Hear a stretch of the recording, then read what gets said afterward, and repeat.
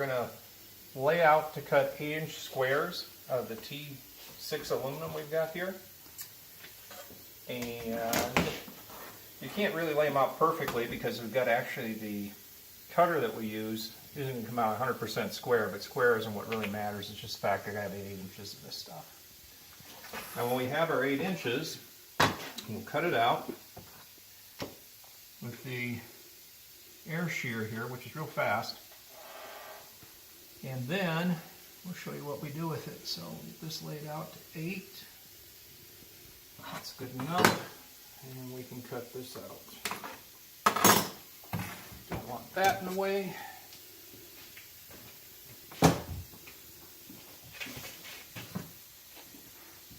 Having one of these beats the heck out of other stuff. It doesn't warp the metal. The air hose gets in the way of that.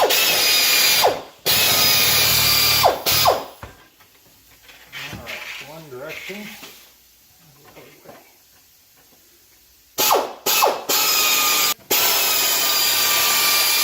We got our little piece, and what we need to do now is peel the plastic off of it. Because the next thing we're going to do is take off the writing. Don't want that in the finished part. They come plastic both sides, which is nice. Protects it when you're going to make something nice out of it, which we're going to eventually here. This part's all the rough work. So get the other part cleared off. Alright. So with the lacquer theorem, we'll get rid of the writing. That's all gone. And we just take our ordinary soap, in this case Irish Spring. It was interesting, I found that on another YouTube video and it didn't even matter what soap, it just said use bath soap. So Irish Spring is what we have, that's what we get. So we'll see how that works out here. And you don't have to get it all over it. All you gotta do is get it in parts of this. Because really all this is an indicator system for when we're going to anneal it real quick. So I'll take our old propane torch. Come on, give me a spark. There we go.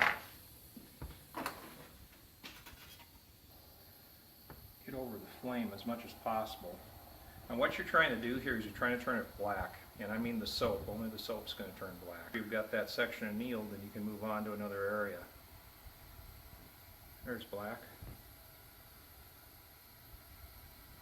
And it takes a little while to do it, but it's the neatest trick because you know, I'd always known you could do it with an acetylene torch and you can make it all sooty, and it's working really good. I've already got about a third of this done.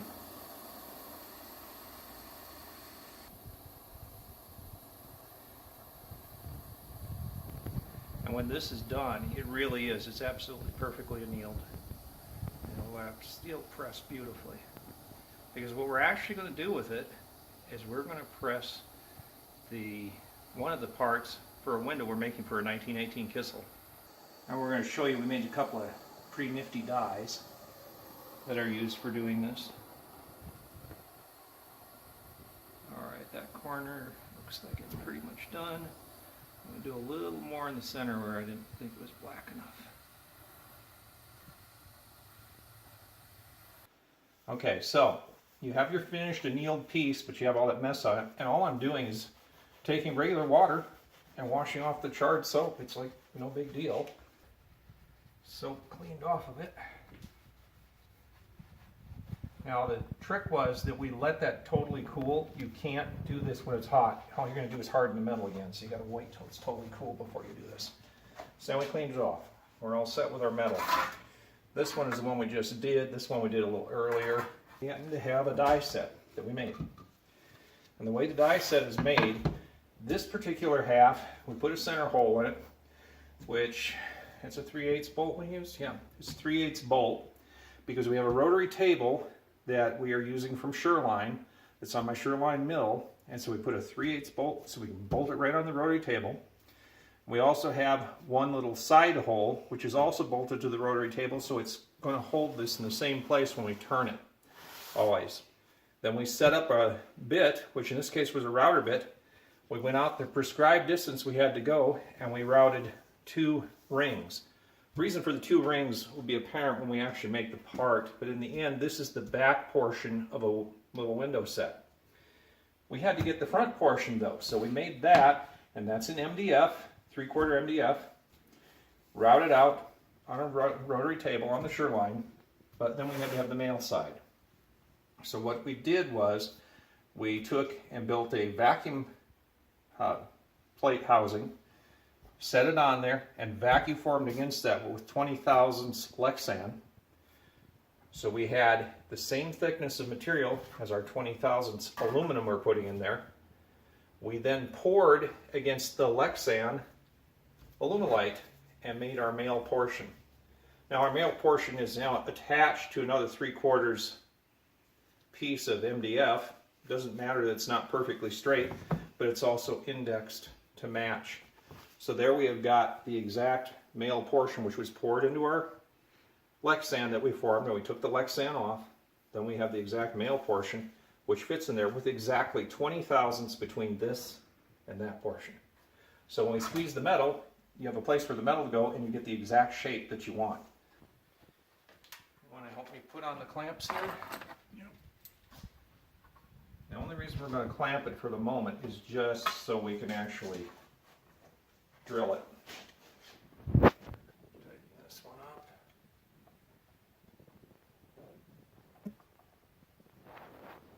Flip around, kind of like that. I'll get the other one.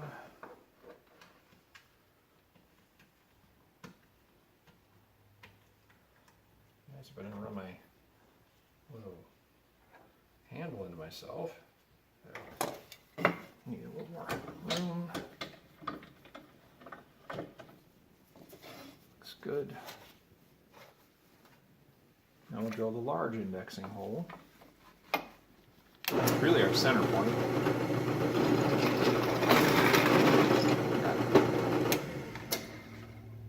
And really all I was doing was just getting the holes in the metal.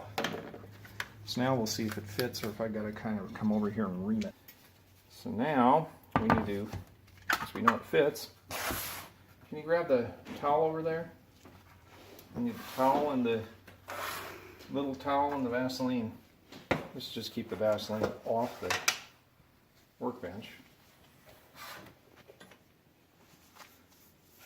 I'm going to rub Vaseline all on the side that's going to run against the aluminite, so it'll slide on the plastic a bit.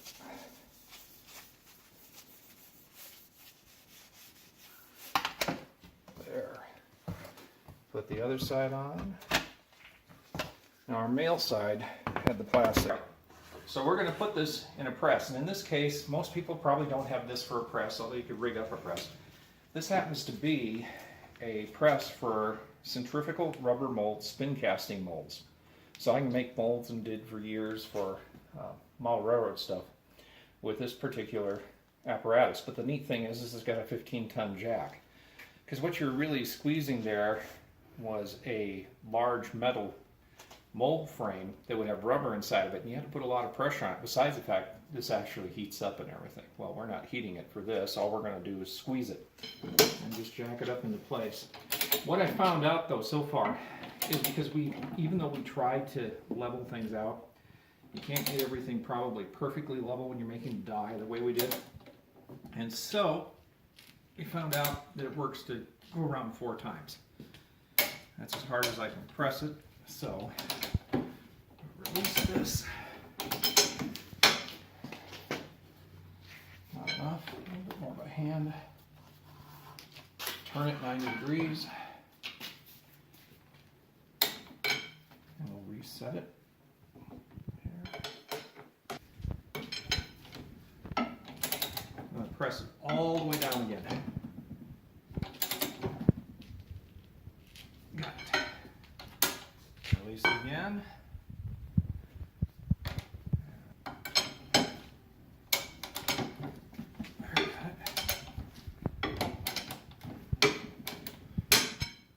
Enough to release it. So I turn it 3rd time around.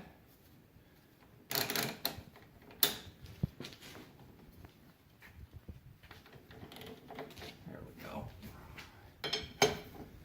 Squeeze it for the 3rd round of this.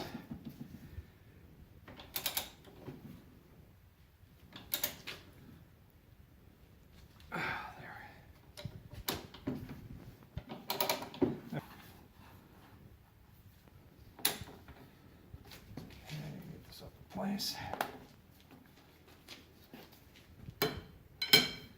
And the last time.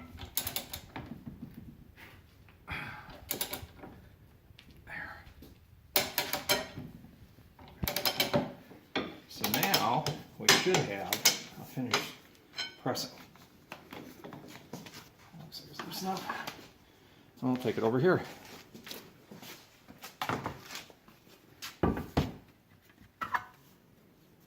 And that's what you get. You get 2 rings off of that die. And it turned out real good. So we did learn this much. It looks just like the other one. It still will come out with a little bend in it. So, but it gets cut out of here, so we'll get rid of the rest of the stress, and they get to be slots. And we'll show you that later on in the video. But that's the base pressing for the back of the window. Now the other thing we've got going on, besides the back, here obviously the front. So those 2 are our back. Get here. Let's have the front one. And this is the front one. So that's the result you get. And this one actually drilled one of the holes in the wrong place and marked it bad. But that's the mold that does that one. The neat thing is that because of all the pulling and stretching, that actually ends up much more flat as a total piece. The outside stuff goes away, so does the inside. When you're done, these are going to be porthole windows. There are 4 of them on the car that we're making. What we've got here is a Sureline miniature mill set up. It's really set up on a lathe base because I don't have a mill base, but it doesn't make any difference because we can actually do this. But we had to modify so we could do what we're doing here to make everything big enough. So we made 2 little 3/4 inch MDF spacers to raise our mill up so we get enough room. I had to make a little adapter inside of it, which I turned on the lathe itself before I converted it over to the mill, which gives us enough height. So we're going to take a little miniature mill, make it big enough to actually do what we're doing. The reason we needed the height is because under the table here that you can't see is a rotary table is mounted by Sureline. But I needed to mount a 3/4 inch MDF on top to mount the part so we could actually work on it. We made our original bases for our molds or for our press on here, and now we're actually cutting out one of the pieces so we get the round portion by working with the little rotary table. And to make sure that things don't slide around on the X on this, we actually fastened it down with step blocks in the back, which you can't see right now, but that holds it in place. And what we found out here is this likes to be about 2,500 RPM and no more than like 5 thousandths for a cut. If you do more than 5 thousandths, because of the waviness that came from the forming and the thinness of the metal, things like to distort. And we're about finished cutting this one out. So we'll just run this around and probably finish it on this pass. But that's what we've done, is to get everything come out beautiful, round, just like we want it to for these windows.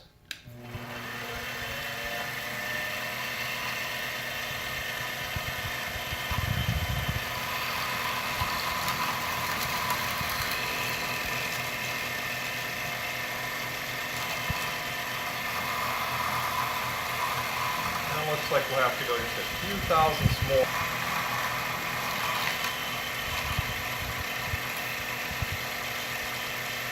And one of the things about this, you always got to feed it the right direction, because it's tough enough to cut it with the waves in. You definitely don't want to go backwards. So we're feeding counterclockwise. We're going to go down about 3 more thousandths now, which I have a digital readout over here that lets me get it right on. We're getting most of this, if not all of it, on this pass. We'll maybe be done this time. Let's come back and get. But as you can see, there's a lot of flexing with this thin metal. And we don't care about anything on the outside. All we care about is the center on this. Okay, and we'll go down 3 more. Hopefully get this last little section I'm coming up on to finish it. Looks like we got everything cut out. Let's come around to this a little bit. Shut that off. So most of that obviously we did off camera because it was ridiculously boring if you saw it all, but basically that's what's done to remove the metal around these to get them to the round portion is another step in completing these windows. And take off these little clamps. But the rotary table makes this so easy, and this little Sherline rotary table that weighs, I think it's 7 pounds, and the thing is really, really nice. Works perfect for making these parts. And what we did, as you saw before, we had 2 holes. One's our center hole for the rotary table. The other one is our lockdown on this. So we keep everything in the same place when we do it. Goes to show though, you know, people think that you gotta have a big machine to do everything. Nah, you can do some of this stuff on a little bitty machine. And it works just fine. Take our bolt out. Release our side.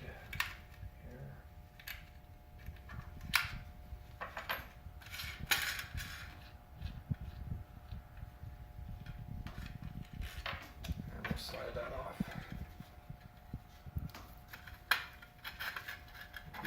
Just set it down. And dump everything off of that. And we went from that to a nice round one. And we don't care if this edge is quite perfect because we're going to put tabs in it yet, but it turns out pretty nice so far. Eventually we'll get rid of all the wrinkles because most of it will be gone. So we added slots to one of the window frames. And the slots are actually because each one of these spots in between is what we're going to save. We're going to save them for tabs. So that's all that matters. The next thing up that we've been doing on this particular one is actually bringing the slots out. The reason we have to do it in 2 operations is you have to be locked down to get the initial slots, and then we have to move on the y-axis to get these other slots. And that'll leave us with something that we make tabs out of. Not done yet, but at least we'll have the tabs coming along. So we'll finish this one up, and then we will go on to the next step in the operation. Next number. 282. 282. Now the thing is the table is large, and so I've got to work under the table, and I've got an extra wheel on here set up so I can read and set 282 exactly. So we got repeatability. Also over here I have a DRO set up so I know which height to go when I'm going to start cutting here. There's no reason to cut the table into nothing. So we'll go down to 0. We're going to hold that hex a little bit. It does like to vibrate because we're quite a ways from the center. At 0, set the lock, and then we'll go over on the Y and cut the slot. We're not real worried about the chatter because it's not a finished piece, and a lot of this actually goes away when we're done. So now we rotate again. What have we got for a number?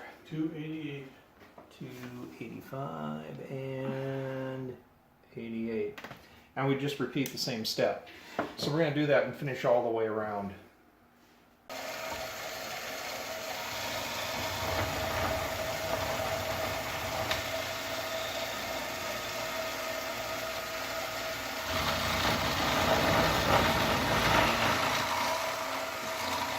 Alright, that's that. Now, got a completed set of spokes. Okay, so now that we finished the spokes, we're going to switch momentarily to a diamond cutter, which we're really not going to cut with. We're just going to make a little mark. Just cutting the spokes off on here now would be a real problem. They break or bend, which we don't want them to do. So, put the diamond cutter in there and use it to run around and mark stuff. Okay. So, what we've done is we put the diamond cutter in to the mill, and we've set up so we have 250 thousandths, 1/4 of an inch from the outside of our window frame to the center of the diamond cutter.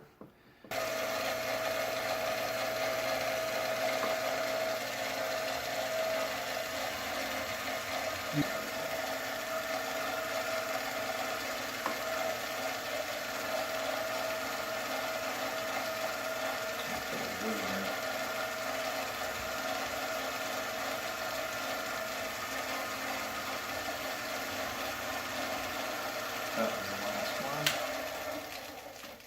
Alright, now they're all marked.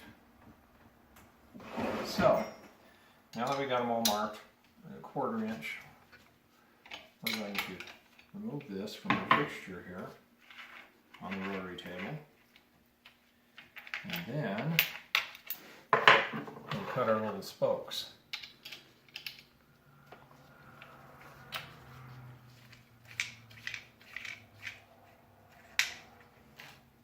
A little piece of masonite here in the center to remove. That just holds everything down.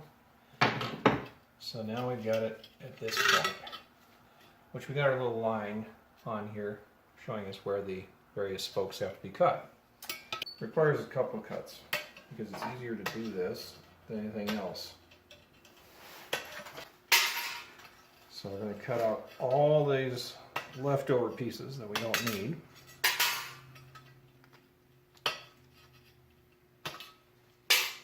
There are 15 tabs on these.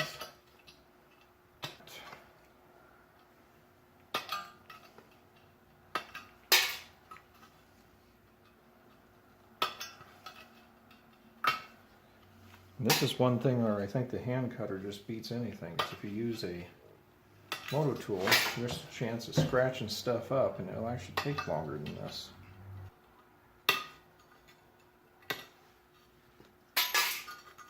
And the last one.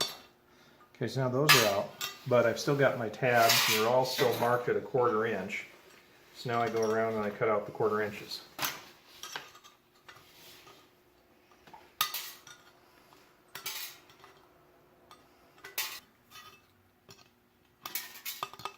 It was a nice way to mark them real quick on the rotary table.